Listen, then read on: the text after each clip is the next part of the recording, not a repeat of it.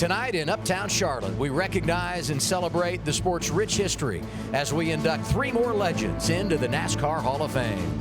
Tonight is a special one, and we're joined by NASCAR royalty as Hall of Famers walked the red carpet alongside our inductees, including the family of Mr. Modified, Ray Hendrick.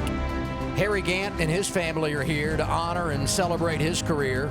Plus, Kurt Busch has arrived with his entourage and is ready to witness history as well. It's a very important night in the history of the sport, and shortly, 3 more inductees will be immortalized into NASCAR lore. Tonight, the pursuit of greatness becomes a lasting legacy as legends take their place forever in NASCAR history. From the fierce competitiveness of a Cup champion to the grit of a short track king and the unforgettable style that fans will remember for a lifetime. Kurt Busch, 2004 NASCAR Cup Series champion, 34 career wins. Kurt Busch is a first-time Winston Cup winner at Bristol. Daytona 500 champion. Now a Hall of Famer. Handsome Harry Gant, Mr. September. The crowd rises to its feet. They cheer for the winner, Harry Gant. Southern 500 conqueror and fan favorite, now immortalized in stock car history. And Ray Hendrick, the original Mr. Modified, with more than 700 wins that echo through grassroots racing lore. Here he is down the grandstand straight for the checkered flag, the winner, Ray Hendrick. Plus, a salute to Humpy Wheeler, the man who helped bring us one hot night and transform NASCAR into an unforgettable experience. This history, pride, passion, now lives forever in the NASCAR Hall of Fame.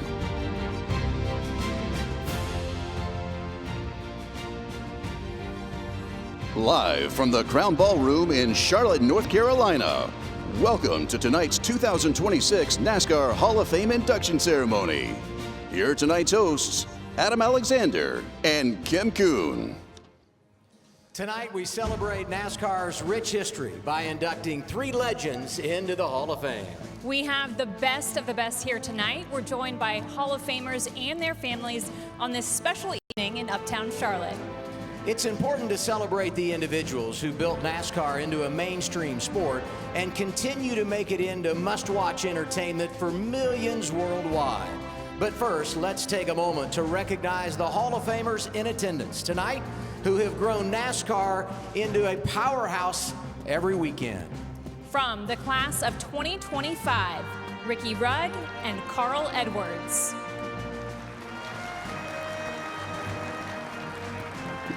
From the class of 2024, Chad Knaus. From the class of 2023, Kirk Shelmerdine and Herschel McGriff. Here tonight from the class of 2020, Bobby Labonte. From the class of 2019, Roger Penske. Representing the class of 2018, Ron Hornaday Jr. and Ray Evernham. From the class of 2016, Terry Labonte and Jerry Cook. Representing the class of 2014, welcome Dale Jarrett. From the class of 2013, Rusty Wallace. And from the class of 2012, Dale Inman. Ladies and gentlemen, the NASCAR Hall of Fame returning inductees. Let's give them all a warm welcome one more time.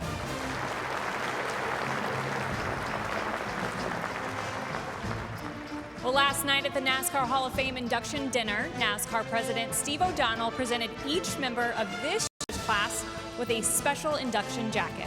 Crafted by the same company that makes the Masters green jacket, Oxford Clothiers, the NASCAR Hall of Fame blue jacket has come to signify excellence among the best in stock car racing. And as you see tonight, the Hall of Fame members in attendance are all wearing these jackets. NASCAR established the Landmark Award in 2013 to honor special recipients for outstanding contributions to the sport. The Landmark Award can be earned by anyone involved with NASCAR whose work and dedication grow the sport. This year's winner is best known for his 33-year tenure as president and general manager of Charlotte Motor Speedway. He played a pivotal role in transforming the venue into a world-class facility that attracted a wide range of fans and corporate sponsors. Most notably, he spearheaded the construction of the iconic Turn 4 grandstands and introduced the NASCAR Experience, which brought fans even closer to the action.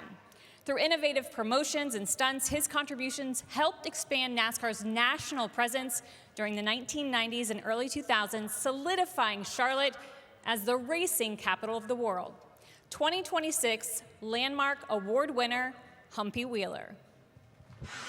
Few people understood the grand spectacle of NASCAR better than H.A. Humpy Wheeler. Humpy had a tireless desire to promote the event. He was the quintessential promoter. That's why people called him the P.T. Barnum of motorsports. For 33 years, he was racing's foremost track promoter, bringing a sense of scale, wonder, and imagination to events at Charlotte Motor Speedway. Humpy Wheeler was a visionary. He was always thinking 5 years down the road. And here from the Firestone Racing Division is Humpy Wheeler. In the late 1960s, Wheeler became the director of Firestone Tire's motorsports program before landing the job of president and general manager of Charlotte Motor Speedway in 1975. From there, he became the face of the Speedway and revolutionized the way fans experience NASCAR. Humpy, while he was a track president, more so than that, he was a track promoter. He set the tone for what we have today with fan experience. He was ahead of his time, recognizing that we're there because of the fans. He made it possible for other promoters to be promoters. That was his pioneering mindset, is anything that's selling a ticket has got to have a promoter behind it. And that's what drove him. Humpy was really, really good at making moments. Humpy knew what to do to get publicity. A prime example of it was bringing Janet Guthrie to run in the World 600. He saw all the publicity Janet Guthrie was getting at Indy, so when she didn't make the Indy 500, he immediately was on the phone to her and called her. Humpy wanting to help anybody that came into the business, whether it was Dale Earnhardt Sr. or Janet Guthrie or anybody else, he wanted to help them grow so that they wanted to be here, and he was a huge, huge part of that equation. Wheeler's signature initiatives were modernizing facilities and amenities, as well as the pre-race events he staged to drive fan engagement. From flying school buses and boxing matches to Robosaurus and military exercises, the stunts, as Wheeler loved to call them, gave fans just another reason to buy race tickets. He made it fun for the fans. I mean, it was entertainment. He was an entertainer. Humpy always felt like the race is the show. But if you'll buy a ticket and come and see it at my place, I'll give you extra. At the price of admission, you get so much more when you went to Charlotte than anywhere else. Estimated crowd of 150,000 plus here at Charlotte Motor Speedway, and they're ready for one hot night. That took our sport to the stratosphere. You couldn't find tickets to any night race after that. It was bonkers. All the excitement of being a night race on a 1.5 mile racetrack. And it's Kyle Petty. Kyle Petty coming to the checkered flag. Here comes Davey Allison to the bottom. It'll be the finish everybody was waiting for. He crashed past the finish line. And Davey Allison is in a shower of sparks.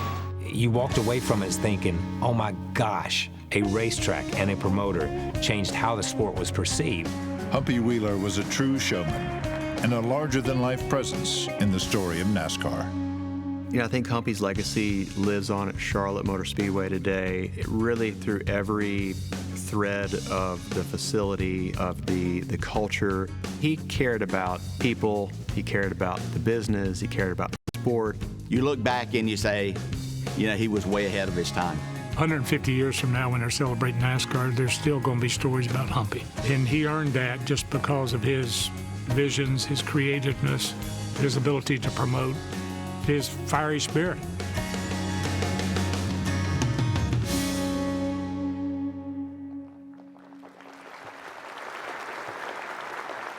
So many great stories and memories there, and we're joined on stage now by Humpy's daughters, Patty Wheeler and Tracy Hardy. And I think about this honor and all the stories and memories that were just shared. What would this night mean? What would your dad say about this honor? He would be thrilled beyond belief. NASCAR was such a part of his heart and soul. He loved all the people, the events. He loved the fans. He would just be out of his mind thrilled. He would have been given as much love back as he would have gotten. You referenced the fans, and that was one thing I wanted to ask you about, just his connection. And he was such a great bridge between NASCAR and the fans. How would you describe his relationship with NASCAR's fan body? Well, it was the most important thing to him as a promoter, was making sure the fans got more than what they paid for. He was trying to put the technicolor and the spectacle into every event that he did, and he did it well. He did the stunts, but also he made sure that the facilities were running well, and he just wanted everybody to have a wonderful time at the racetrack. Patty, Tracy, thank you for being here tonight. Thank you so much. You're quite welcome. Thank you. Thank you. Everybody. Coming up is a driver defined by grit, consistency, and pure toughness. A blue-collar legend who peaked when others slowed down. Harry Gant, he embodies everything that fans look for their driver to be a hero. Harry Gant is enshrined into the NASCAR Hall of Fame next.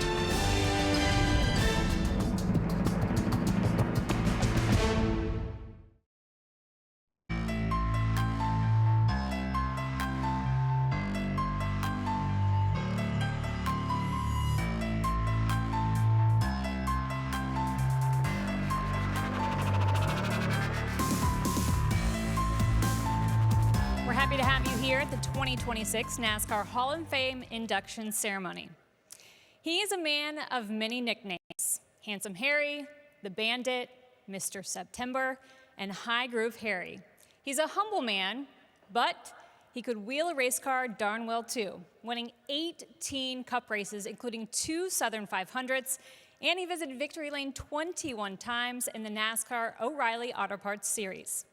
He maintained his racing prowess into his 50s, holding the records for oldest driver to win a race and a pole.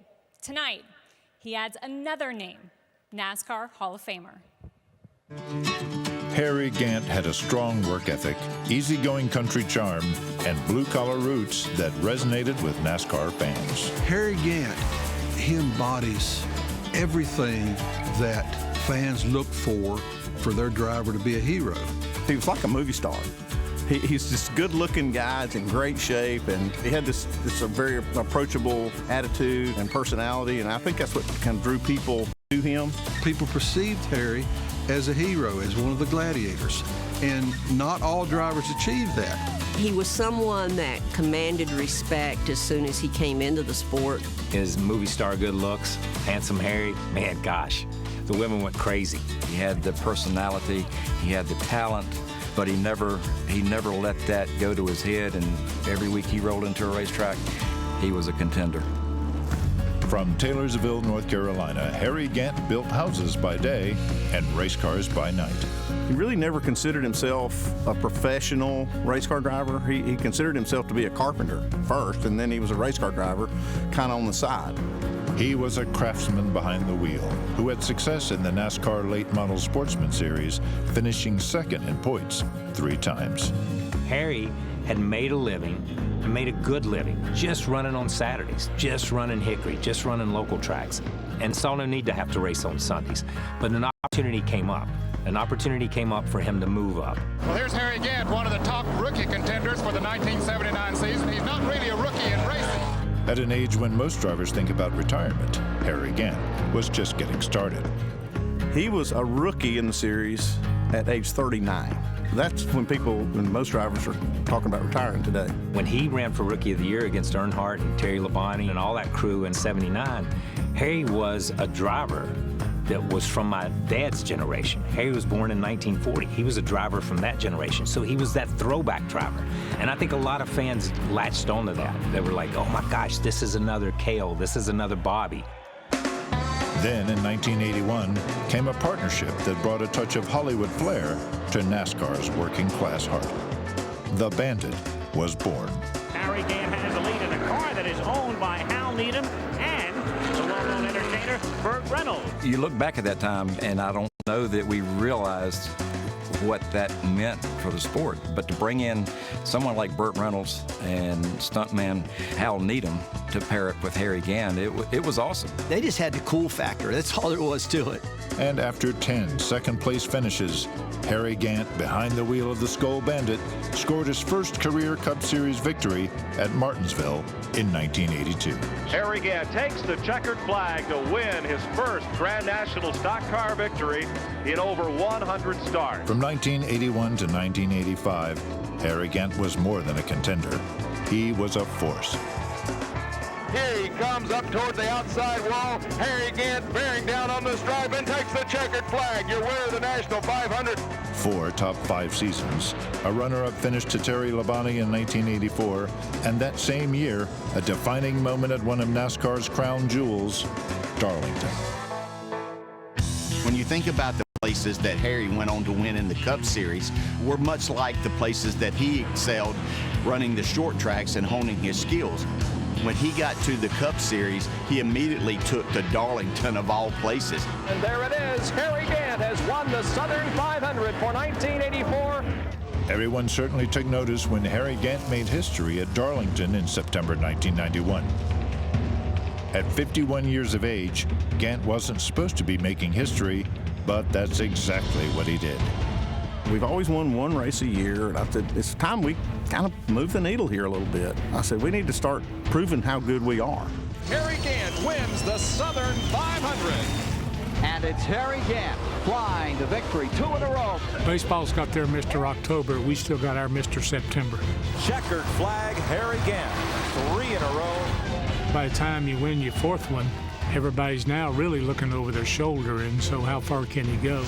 We have seen history made here this afternoon, and what Harry has done.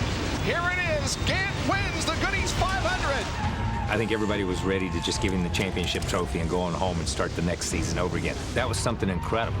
If you want to add another exclamation point to it, he won the 2 Busch races that he entered in September and the first one he entered in October. So he won 7 races in a 5-week period, and 7 out of the 8 that he had entered.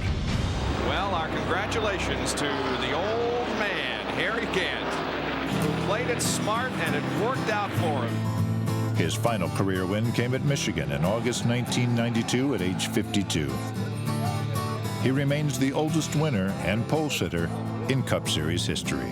He was a little bit of a freak of nature, mentally and physically, and that's the reason that he was still able to win those races. In 1994, the Bandit took one last ride.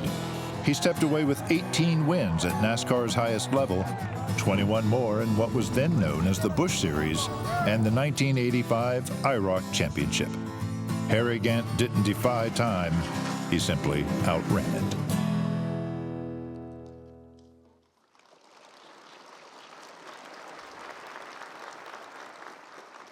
To induct Harry Gant into the NASCAR Hall of Fame, please welcome Kyle Petty. It is now my honor, on this, the 23rd day of January 2026, to present the NASCAR Hall of Fame inductee ring and officially induct my friend and my hero, Harry Gant, into the NASCAR Hall of Fame. Harry Gant. Come on up, bud.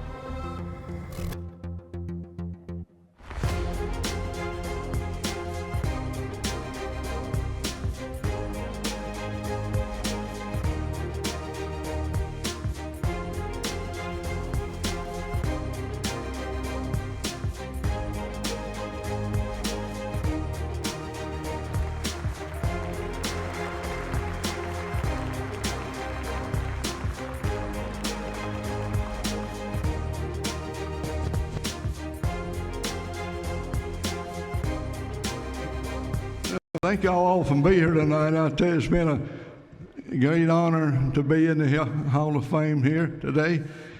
And thank you for this ring I finally got for the Hall of Fame. And thank you for NASCAR and the France family for getting us a Hall of Fame like this, and giving us a good place to race our cars and make a living with it.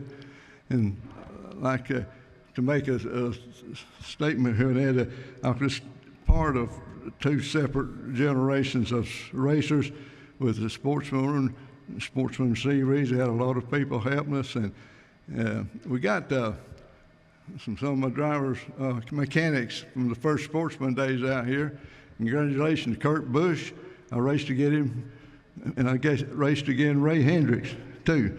So I go back a long way, and I'm glad that just all worked out good for us today.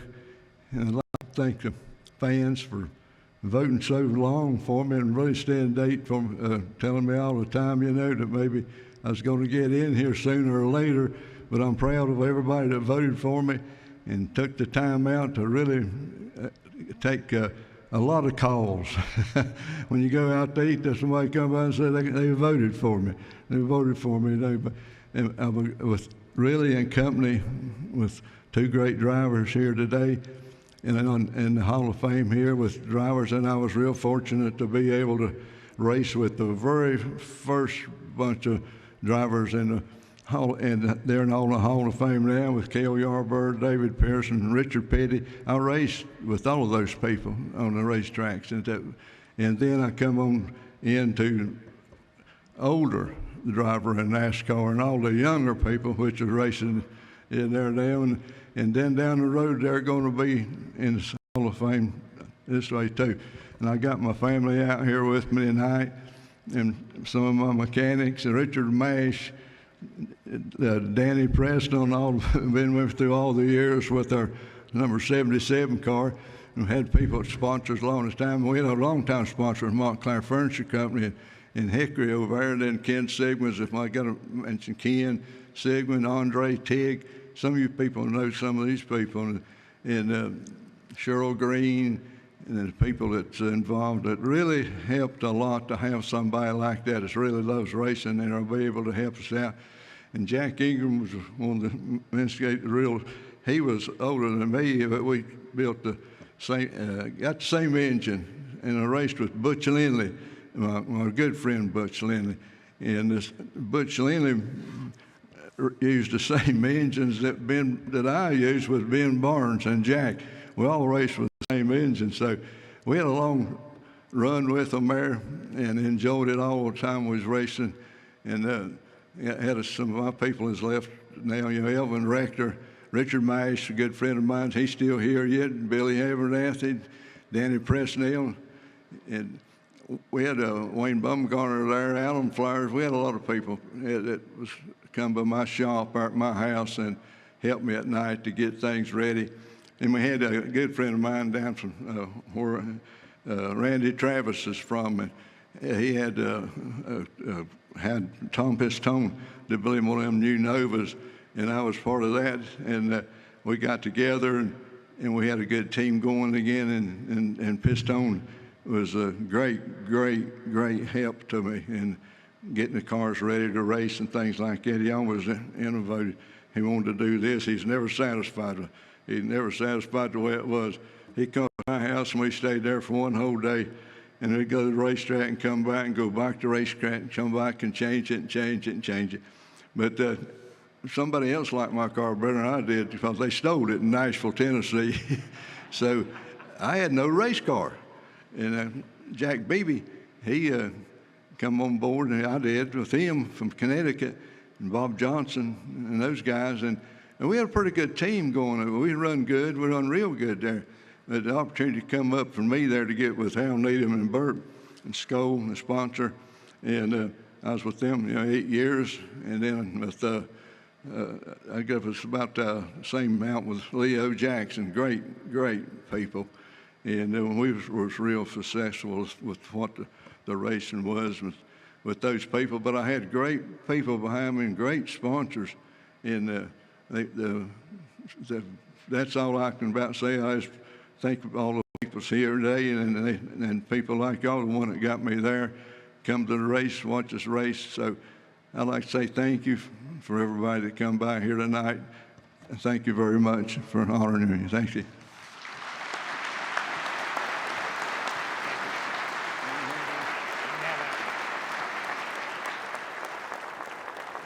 Still to come, a legend forged on short tracks and Saturday nights, known forever as Mr. Modified. Ray Hendrick and that wing number 11 car were legends. When that number 11 rolled in on that trailer, let me tell you, there was a buzz going on in the stands and in the pit area. Ray Hendrick is inducted into the NASCAR Hall of Fame next.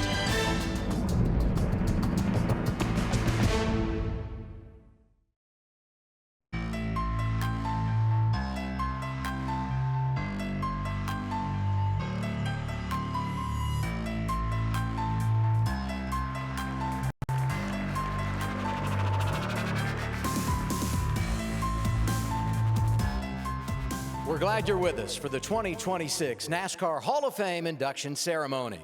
This Virginia native was synonymous with one word: winning. A fiery competitor, he referred to second place as the first loser. He dominated short tracks, amassing more than 700 modified and late model sportsman wins. A true wheelman, he preferred racing in two locations, anywhere and everywhere. Tonight, he joins the NASCAR Hall of Fame. Few racers are more revered and respected among longtime fans in the Southeast than Ray Hendrick. The original Mr. Modified from Richmond, Virginia, worked his magic from behind the wheel of the Jack Tant-owned and Clayton Mitchell-prepared iconic Flying number 11.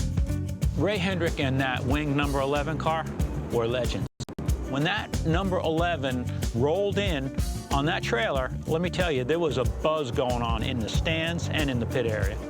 You know, I watched Ray run South Boston, and one night at South Boston, he blew a left front tire, and he drove the corner square to carry the left front wheel. No tire left at the end of the race. And the talent he had was unbelievable. He was almost unbeatable on short tracks. If there was a race, he was going. And a lot of these other competitors, when they saw that Flying 11 there at the track, they knew they were racing for second. In the 1960s and 70s, short track fans flocked to see the likes of Bug Stevens, Jerry Cook, and Richie Evans. But there was no bigger draw than Ray Hendrick wherever he raced. When we came down to Martinsville from up north, I mean, that was altogether different for not only me, but everybody else in New York, Connecticut, Massachusetts. And when we got on the racetrack with Ray and he was making us look like we were lap cars, that told us we had to step up our game if we were going to be able to compete. He could run big tracks, small tracks, super speedways. So if he went to some place that he'd never been, the fans there would show up just to see if their guys that run there all the time could beat him that day. If a promoter knows that Ray Hendrick is coming and he puts a bounty up on Ray, anybody can beat him, it energizes the crowd. People go to see if he can be beat. Ray Hendrick was one of our biggest draws ever. He sold a lot of tickets for us. Martinsville Speedway set the standard for modified and sportsman racing, and Ray Hendrick made the paperclip his personal playground with a track record of 20 wins. 20 wins at any track is big, but 20 wins at Martinsville puts you in a category all by yourself. Richard Petty had 15, my grandfather had 20. That's huge. I didn't realize how many grandfather clocks he had won. I knew he had 3 in the house, that's all I know of. We had one at home. Ray Hendrick flies out of the fourth turn and under the checkered flag, winner of one of the wildest Sunday drives we've seen in a long time. There was something he did, getting in the corner and getting through the middle corner to set himself up to get off the corner, that was just different. And you could watch it and you could see it almost, but you couldn't emulate it. You couldn't copy it. You couldn't make it happen. For its first 2 years, the Cardinal 500 was Martinsville's biggest and fastest modified event. Here he is down the grandstand straight for the checkered flag, the winner of the first annual Cardinal 500, Ray Hendrick. Then in 1970, the format expanded to include late model sportsmen. back-to-back 250 laps in a modified against the best in the country, 250 laps in a late model sportsman. And call Ray Hendrick's performance that year total domination would be an understatement. He won them both. He actually sat on the pole for both of them. It said a whole lot when you could run a completely different car and win both of them. That was unheard of. That's the adaptability and the knack to know how the tires feel, you know, when to push, when to ride.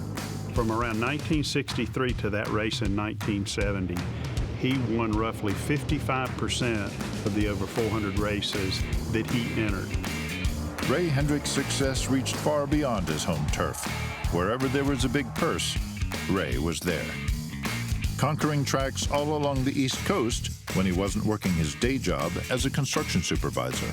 It was a small construction company, but they built schools, they built a train station right there in Richmond. I imagine it was hard for him to juggle as much as he raced. He worked during the day, raced on the weekends, sometimes drove all the way back from somewhere to get there, but understood the value of equipment and understood the value of dollaring. He was a competitor. That's what he came to do. He didn't run races every week. He went after the big races. Ray won the 1969 Race of Champions, the modified circuit's version of the Daytona 500, in his very first visit to the 1-mile asphalt. Langhorne was a once-a-year track, and it was a tough place to get around just to win, but to win twice there, that was outstanding. No record books could contain all of his accomplishments, but it is estimated that he won over 700 races in his 35-year career in both the modified and late model sportsman series. Ray handled himself so well. He never bragged, he never ran his mouth. He let us drive and do the talking. He just did his job. He knew to show up, get in the car, and run the race. Ray Hendrick left more than victories behind. He left a blueprint for how a racer should carry himself.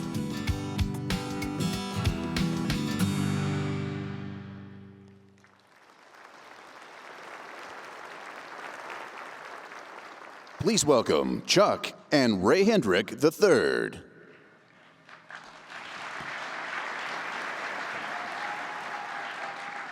It is now our honor on this 23rd day of January 2026 to present the NASCAR Hall of Fame inductee ring to Ronnie Hendrick and officially induct Ray Hendrick into the NASCAR Hall of Fame.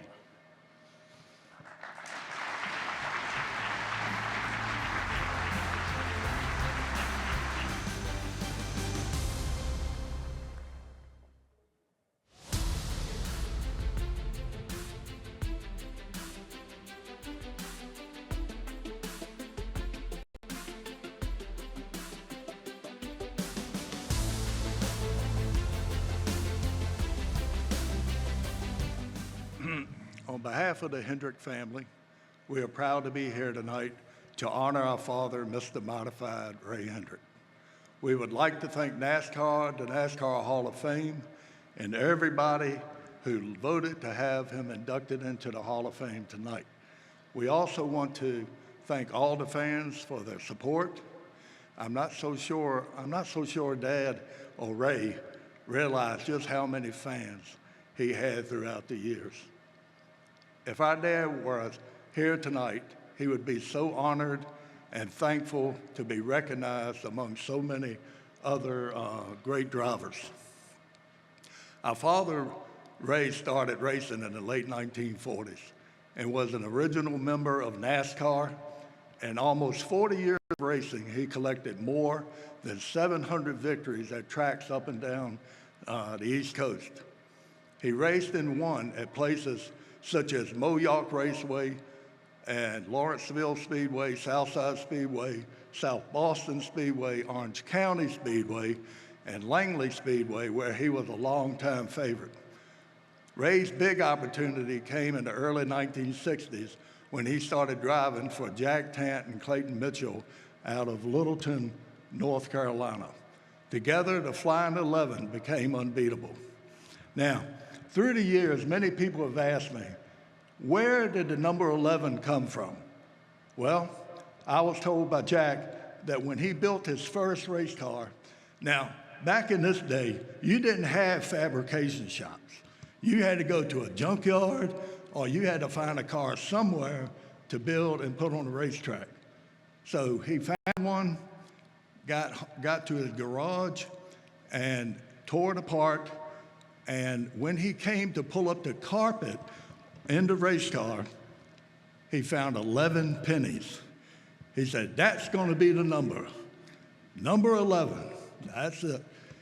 And then he said, I just don't want to have 11. That's nothing, that's just a number. So the late Joe Weatherly in the 1950s drove a number 9 that had a white wing behind the number. Looked more like an angel wing than anything.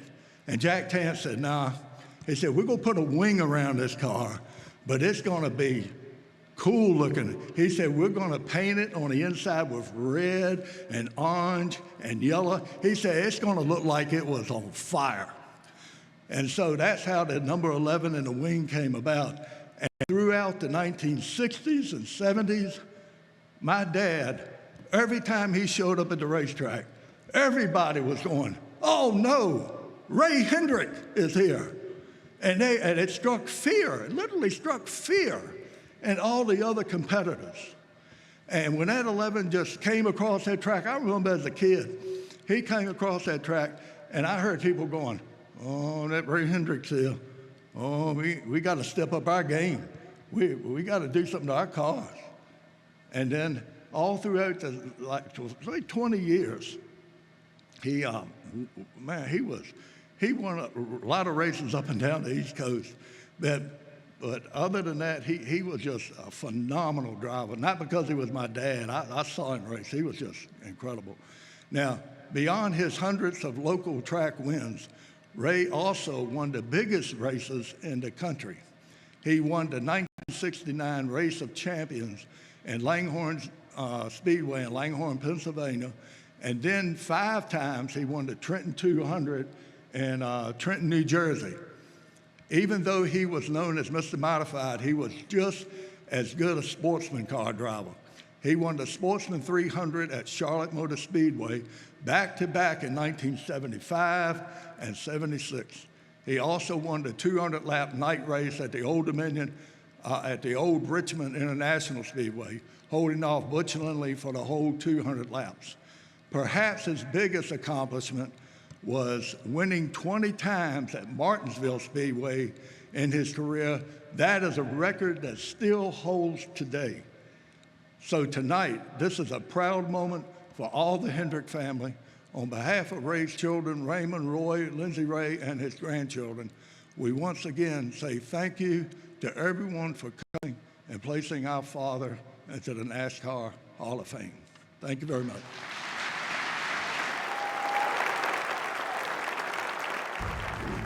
Up next, we honor 3 NASCAR legends who shaped the sport in very different ways. Stick around. The 2026 NASCAR Hall of Fame induction ceremony will be right back.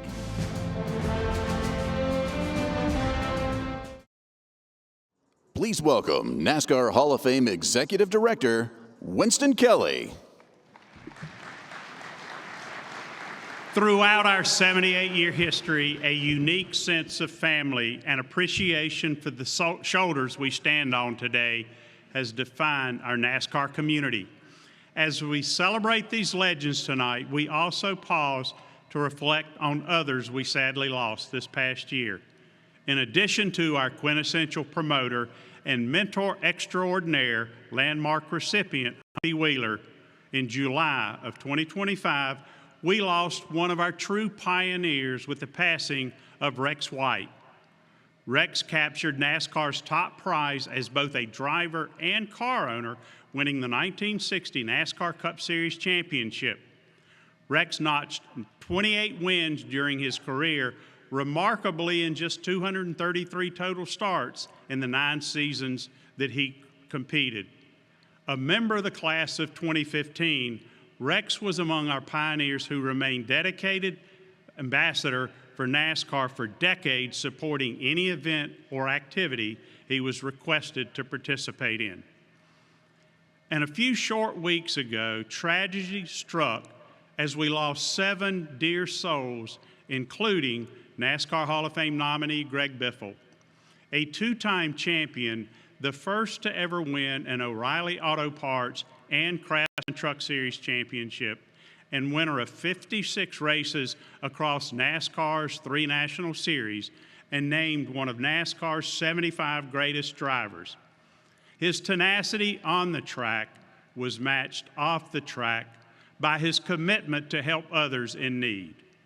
The recipient of the National Motorsports Press Association's Myers Brothers Award and the North Carolina Motorsports Association's inaugural Philanthropy Award for his relentless efforts to secure and personally deliver supplies to Western North Carolina following the devastation of Hurricane Helene in 2024 are indicative of that. While we have lost 3 remarkable people, and many of us have lost cherished friends, these legends will forever live on in our minds, in our hearts, and always celebrate here at the NASCAR Hall of Fame. Godspeed.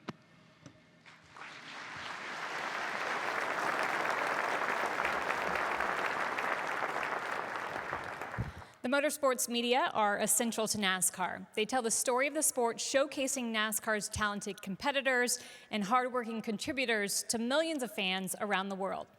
Named after broadcast icons Ken Squier and Barney Hall, the Squier-Hall Award was established to honor the best of the best in the motorsports press. This journalist is a trailblazer, becoming one of the first women to regularly cover NASCAR when she began her journalism career back in the 1970s at United Press International. Her storytelling has given fans a deeper understanding of the people and passion inside the garage, and her integrity and dedication have made her a role model for many who follow in her path. A pioneer, respected storyteller, and mentor, the 2026 Squier-Hall Award winner, Deb Williams. For more than 4 decades, Deb Williams has been a leading voice in NASCAR journalism. Her credibility wasn't given, it was earned, one race weekend at a time. Deb Williams' reputation in the garage was impeccable. Everybody that I know, everybody that I worked with, from drivers to crew chiefs to owners, respected her. I've been fortunate enough to know Deb my whole career. And what's amazing about her today, she's as tenacious and hardworking as she was when I first met her. Deb was a mainstay in our sport. She gained the trust of every single competitor in that garage area because she was a good person, honest person, and a journalist that you could trust. From the infield of a Western North Carolina short track, Williams developed a passion for racing. That's exactly what she did. Williams began her journalism career in the late 1970s at United Press International. I knew from the first time that I met her, she was special. She had the secret that some never get. She has the respect and the trust of who she talks to. They knew that they could confide in her and she wouldn't throw them under the bus. Deb came into our sport as a reporter, as a woman reporter at that time. Now today, what's a big deal? Not a big deal today. Those days, it was a big deal. In the early days, NASCAR wasn't as open and female-friendly as it is today. So Deb Williams had to do a little bit extra and work a little bit harder to get in the locker room, if you will, to be able to talk right straight to the Earnhardts and the Wallaces and the Pettys. Deb broke that ice, and it gave other females that wanted to be in the sport hope that they could do it too, and I think we all benefited from it. I live by the motto that if you see it, you can be it. What's inspiring is that someone can be true to themselves but can stand up for themselves in a business like this and have the respect like Deb has. She wasn't afraid to ask the difficult questions, but she was very fair about what she asked and about what she then put in her stories. The biggest thing I have taken from watching Deb in this business is there's a right and a wrong way to do this. And if you do it the quote-unquote right way by building relationships and treating people right, then you're going to go far. Williams spent 18 years with NASCAR Winston Cup scene, serving as editor for 10 of those years. She has received many awards for her work in the sport, including being the first woman to receive the prestigious American Motorsports Media Award of Excellence. The words legends and trailblazers have been thrown around, but they truly do apply to Deb. It's so fitting for her that she gets to enjoy the impact that she has had and she is still having on people and on this industry.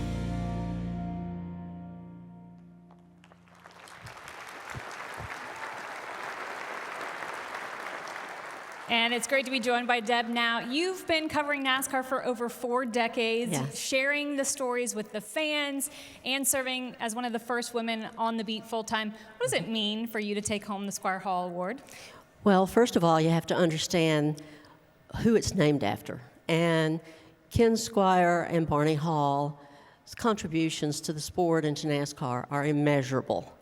And so to me, this award is the Mount Everest of motorsports journalism awards. So to receive this award tonight means that I have reached the top of Mount Everest in my profession, as this is the peak of the motorsports journalism awards. It feels appropriate that I'm standing here calling you a pioneer and a trailblazer and a mentor. How does it feel to you to be a role model in your field? And not only that, but to have the respect of the competitors, the garage, and your colleagues? Well, you know, I've never really thought of myself as a role model, because I think back, when I hear that, I think back to something my mother said when I was in elementary school. And she said, always be on your best behavior in public, because you don't know who's watching. And for that, everyone in this room has been a role model at some point in time. You may not know it because you don't know who you influenced, but many of you have been my role model throughout my life and at different points of my career. And as far as having the respect of the garage and my fellow journalists, that's a treasure, because this group does not give respect. You have to earn it, and that's why it's a treasure. Well said. Congratulations again. Thank you. Still to come, a NASCAR Cup Series champion, a Daytona 500 winner, a fearless competitor who left it all on the track. Kurt's the most competitive guy in the world, on and off track. He was a force, week in and week out. Kurt Busch is inducted into the NASCAR Hall of Fame next.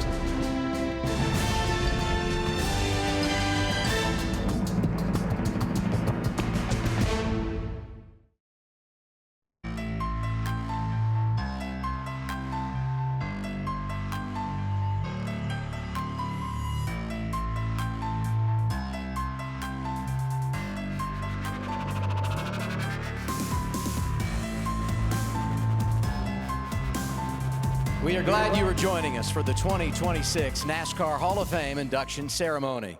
From humble beginnings, this mega talent honed his skills under the bright lights in Las Vegas. And he wasted no time proving himself on the national stage, taking the Truck Series by storm before winning the NASCAR Cup Series championship at the ripe age of 25. He boasts a stout resume that also reads Daytona 500 champion. He's also the only Cup Series driver with wins with 4 different manufacturers and one of NASCAR's 75 greatest drivers. On top of that, he was known as a spirited competitor and a culture builder who could lift any organization to new heights. Every Sunday, he was consistently up front and always a threat to take the checkered flag. Tonight, he makes his way into the NASCAR Hall of Fame. Kurt Busch's legacy is one of versatility, consistency, and impact across every organization he represented. His career spanned more than 2 decades, and he delivered wins for 5 different teams, including the Daytona 500 and the Coca-Cola 600, and was named Indy 500 Rookie of the Year in his first and only career open-wheel race. His crowning achievement was the 2004 Cup Series championship. Kurt's the most competitive guy in the world, on and off track. He was a force, week in and week out. He was a fiery person, and that fiery personality contributed to a lot of his successes on the racetrack. the Las Vegas native was born to go fast. He began racing go-karts at an early age. I got it secondhand with no engine, and I fixed it up and gave it to them for Christmas. They couldn't reach the pedals, either one of them, when they were little. Their first years of playing in the cul-de-sac were strictly learning to steer, so they had all this car control without any brakes or any throttle for years. As a teenager, he steadily made a name for himself at the famed Bull Ring at Las Vegas Motor Speedway. We go to the racetrack on the weekends. I'm the guy with the video camera filming Dad, filming Kurt, racing together. He was successful. I mean, more times than not, he was finishing well, winning races and taking home trophies. He and his dad and his brother Kyle, you know, they came up the hard way. They built cars, they raced cars out in Vegas. After his raw talent caught the attention of car owner Jack Roush, Busch made his full-time NASCAR National Series debut in the Truck Series. That season, he won 4 races for Roush and finished second in the standings. Rookie Kurt Busch wins in Milwaukee. Busch's potential was undeniable, and he was quickly promoted within the Roush organization to the Cup Series in 2001. He had a meteoric rise into the series. Busch became a powerhouse in the Cup Series. In his first 3 years, he scored 11 wins. Kurt Busch is a first-time Winston Cup winner at Bristol. The beginning of 2002, it didn't take us long to win our first race. He was really in tune to try learning everything he could fast. He was a young kid coming up, and he just got speed out of the race car and just took it to the front. In 2004, the first year of NASCAR's playoff system, he held off future 7-time champion Jimmy Johnson by 8 points to be crowned the Cup Series champion. The worst part about it was when Kurt come on and said we got a vibration. Got a right front flat. Oh, and he loses the wheel. Wow. Or loses the tire. As everybody knows, we lost that wheel, but the wheel stayed on the racetrack. Kurt made it to pit road, and we never went a lap down. And we recovered from that. I think we finished 5th that day. Pretty good day. Kurt Busch is the 2004 NASCAR Nextel Cup Series champion. I was running in the Xfinity Series back then, running full-time, and, you know, myself being there, Mom and Dad being there as well, and it was really special to have him be a NASCAR champion. I mean, that's what we all lived for and dreamed for, and that was amazing to see him get that so early. His career was rooted in consistency. Busch always found a way to push his car to the front of the field. Impressively, he won with 4 different manufacturers and found his way to victory lane in 19 of his last 21 seasons. Kurt Busch will win. What a finish! That's how you do it, man! He showed up, and it didn't make any difference whether it was a half-mile track or a 2.5-mile track or a road course. You knew you were going to have to race with Kurt Busch. Over the course of his 23-year career, Busch contributed to the winning culture of some of NASCAR's most distinguished organizations, racing for teams such as Roush Racing, Penske, Stewart-Haas, Chip Ganassi, and 2311 Racing. You look at every team that Kurt Busch went to when he got there and started putting his input into it and his driving abilities, every team was better while he was there. Well, there is a feel that drivers have. They can get in anything, and it feels great or it feels terrible. And I think that's where Kurt, his history of growing up working on cars, being around cars, learning from his dad, helped him all through his career. In 2023, he was named one of NASCAR's 75 greatest drivers. Busch concluded his career with 776 Cup Series starts, 28 poles, and 34 race wins, including the 2017 Daytona 500. While his time behind the wheel had ended, his leadership within the sport had not. He was specifically brought to 2311 to be a mentor to Bubba, and I think he genuinely wants to help elevate the sport. He continued to consult with and mentor the next generation of talent, ensuring the sport that he loved continued into the future. I think it says a lot about Kurt's talent, his drive, his determination, his perseverance, everything in which he pushed himself through in NASCAR to be a first ballot Hall of Famer. He's become a very strong ambassador for NASCAR as a whole, I think he's recognized as a Hall of Fame worthy inductee.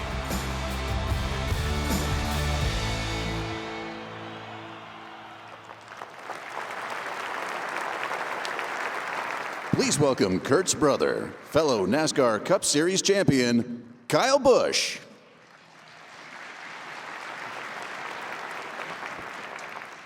I couldn't be more proud of my brother Kurt, as we're just two kids from Las Vegas, Nevada, raised in a blue-collar, hard-working family where hard work wasn't optional. We were taught to grind it out and to make it happen. None of this came easy, and in this sport, it shouldn't. And watching Kurt believe in himself long before the results ever showed up has been an incredible experience for me to learn from. This Hall of Fame induction isn't just about wins or stats. It's about the years of effort and resilience and the heart that it took to get here. He earned every bit of this, and I'm so proud to call him my brother. It is now my honor on this 23rd day of January 2026 to present the NASCAR Hall of Fame inductee ring and officially induct Kurt Busch into the NASCAR Hall of Fame.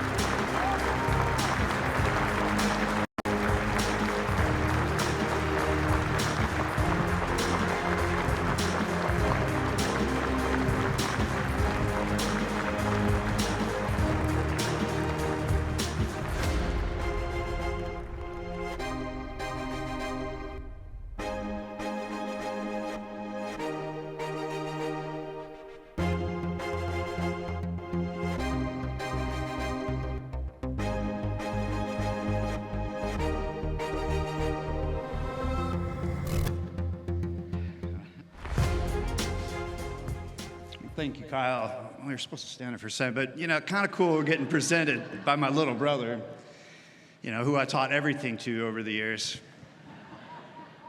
In all honesty, I always wanted Kyle to do better than me. Serious. Like, thank you for the brotherly love on track and off the track. I love you, Kyle.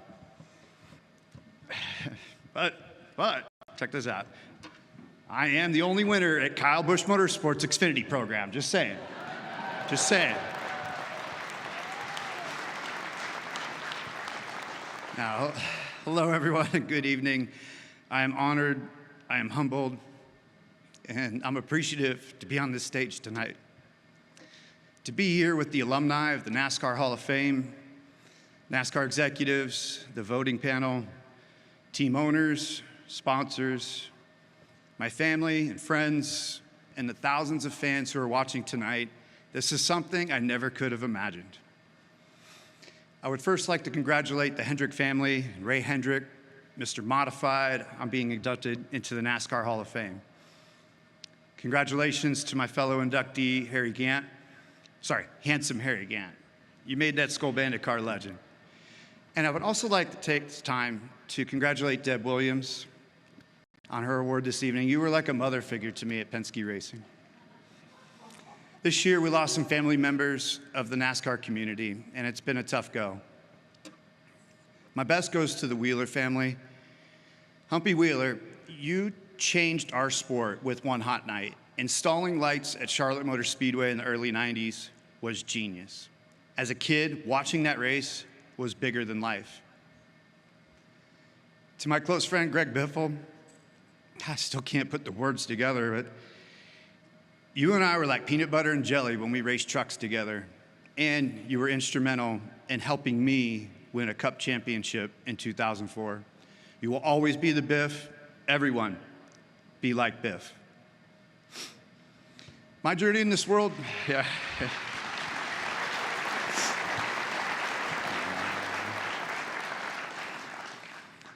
My journey in this world started with cars, and more cars. Over time, I was like, Dad, years later, I was like, why do all my friends have dirt bikes? Can I have one? And he said, no, son, you'll live a longer life on 4 tires than you will on 2 tires. My dad, Tom, who is my greatest racing legend, treated this go-kart as a tool for me, not a toy. My fondest memories as a child growing up in Las Vegas was going to the track on the weekends to watch Dad race. He went there to win. He didn't go there to make friends. Dad was always out front, and winning like that and that attitude was instilled in me. My mom, she was the best racer, Mom. She was always there for me. She volunteered at the track, the sign-in booth, the qualifying lineup. She was at the pay window. And this is all while Grandma watched after me in the grandstands. Grandma Busch, she was best grandma. She was the voice of reason. We all know the all-star race in our family. And she always put others first. But her hamburgers were legend. I was just a blue-collar kid from Vegas with a dream to be a racer. Thank you, Mom and Dad, for all the support through the years. Your work ethic that you instilled in me and the village of people from Las Vegas who are here with me tonight. Let me hear you. You, guys, you were always there to help me out, both on and off the track. I love you. Greg Q and Star Nursery. This race team gave me a shot. I somehow ended up winning my first ever late model race.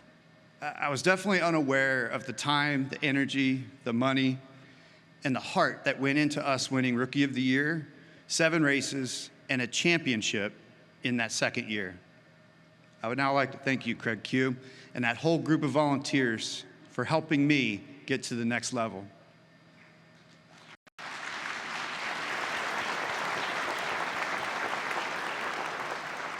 A couple more shout outs from car owners from Las Vegas who gave me a shot. Joey Mancarey, who's here, Glenn Evans, and Jerry Spilsbury.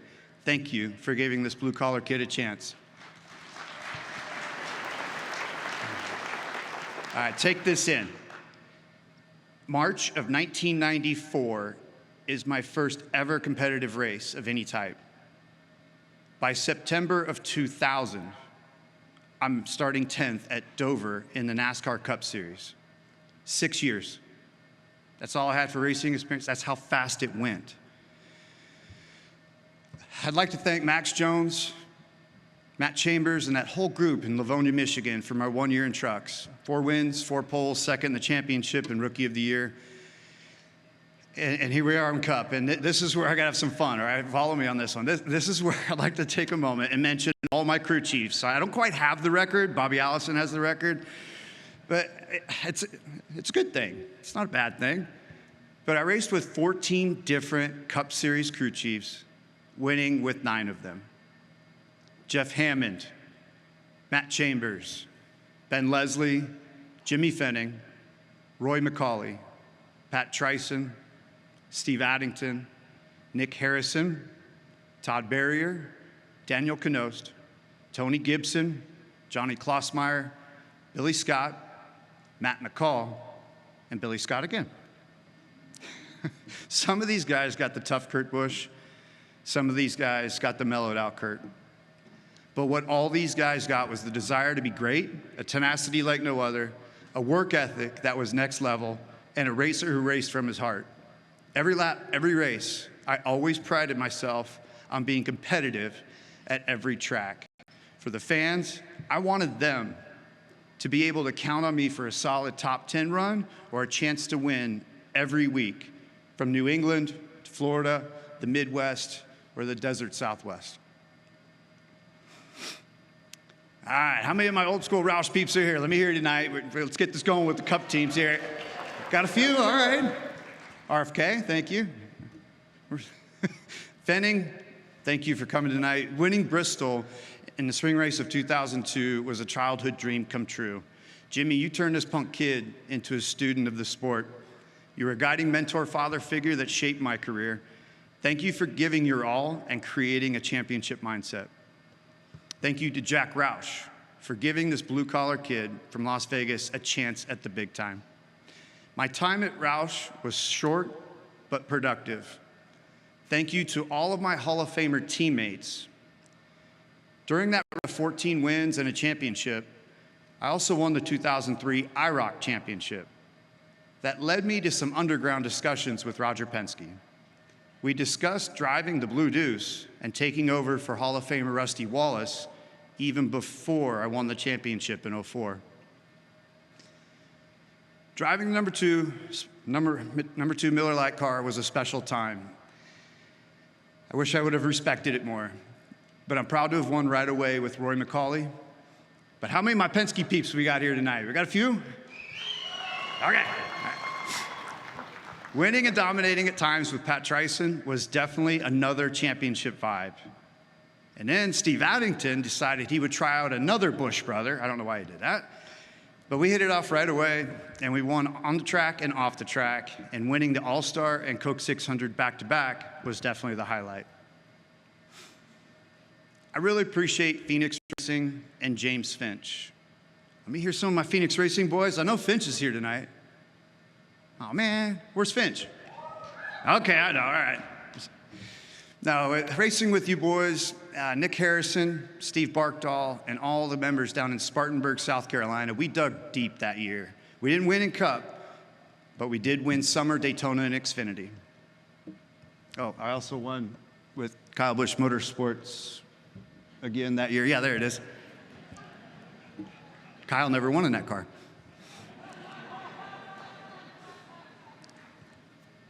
Racing for Barney Visser and Furniture Row was special. And as I said before, Visser is the man. He turned me into a man. He taught me how to be a kinder man, a better man. Sleeping on Todd Barrier's couch and listening to this upstart engineer, Cole Pern, talk strategy was definitely the best of vibes. My racing years at Stewart-Haas were highlighted by a Daytona 500 win and helping create playoff berths each year. But how many of my Monster Energy peeps are here tonight? All right. Thank you. If I could take this time to recognize the coolest brand that matches me, just like Richard Petty and STP, this is Monster Energy. Mark Hall, Rodney Sachs, Hilton Schlossberg, you taught me how to be that guy. The energy in the can, the lifestyle in the can. Thank you for instilling that professionalism in me. Thank you to Mitch Covington for all of this. You created this. You did this. Your mentorship is like no other, and I love you, Mitch, buddy. Thank you. Stewart-Haas Racing was built by racers, and how many of my SHR people are here? Got anybody out there? Okay, all right, got a few. When Tony Stewart walks in the room changes. It's like, pow, win, go, no BS. Gene Haas, thank you for the opportunity and risking it for me. Winning with Daniel Knost at Martinsville in our 7th race together set the tone at SHR. But it was Tony Gibson. Thank you for confirming that I really did need to calm down. Thank you, old man. And to Johnny Klossmeyer, we snaked one at Pocono, didn't we? And then to Billy Scott, we were awesome together, but later on, we did so much more. Asking Monster Energy to go with me to Ganassi Racing was bold, but I knew we could be winners. How many of my Ganassi peeps are still Trackhouse? No, a couple more. Matt McCall, where are you, buddy? We won because Matt McCall was going to make sure of it. Winning Kentucky against my brother was quintessential NASCAR, side draft city, if you know what I mean. And to win at Vegas, finally, and to win the last race at the old Atlanta were the highlights of my run together at Ganassi Racing. Thank you, boys. The final chapter started and ended a little sooner than I expected. How many of my 2311 peeps? We got anybody left in here? I'm running out of race teams, so we're getting good. Thank you. Phone calls from Denny Hamlin, Toyota, Monster Energy, and the GOAT, MJ. That's what extended my career. I honestly had my mind made up in 2021 that I was complete, that I was fulfilled, but the phone kept ringing. When I met Michael Jordan for the first time, he asked me, "Do you know why I want to hire you to start the second car for 2311? And I said, "No, sir, why?" He said, "You race the same way I played the game of basketball. You race from your heart." That's how I did it. That was deep into my soul, and fulfilled my desire to push again and to re-energize and develop and just go after building that number 45 car at 2311. Thank you, Denny, Curtis, Steve, and Billy Scott and crew for that final dance. I need to take this final moment and thank Bryce Spence, my wonderful girlfriend Lyda, my close friends from Virginia Beach, let me hear you. My Vegas crew again, let me double check.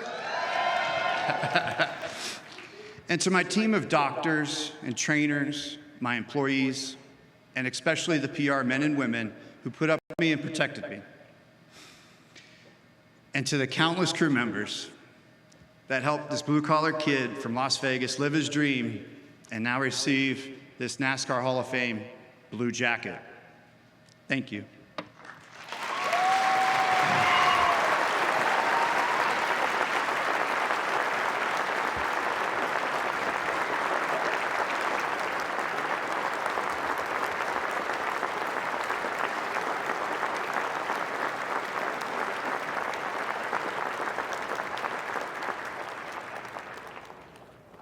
All right, well, thank you for joining us tonight to celebrate NASCAR greatness and induct 3 new members into the NASCAR Hall of Fame. Harry Gant, Ray Hendrick, and Kurt Busch are now immortalized with the best in NASCAR history. And thank you to all the fans watching on the NASCAR channel for tuning in to this historic event. We look forward to seeing you back here next year to honor the class 2027. NASCAR fans have a lot to look forward to in the immediate future. The NASCAR Cup Series returns to Bowman Gray for the Cookout Clash next Sunday at 8 p.m. Eastern on Fox. And soon after that, it's the 68th running of the Daytona 500. Tune in to Fox on Sunday, February 15th at 2:30 Eastern Time for the Great American Race. 2026 is bound to be an exciting season. The NASCAR Cup Series celebrates the United States' 250th birthday with its first street course race in San Diego at Naval Base Coronado. And the chase format returns, and we head back to Homestead Miami Speedway to crown a champion. We'll see you at a track soon, and if you're ever in Charlotte, please visit the NASCAR Hall of Fame. Thanks, everyone, and good night.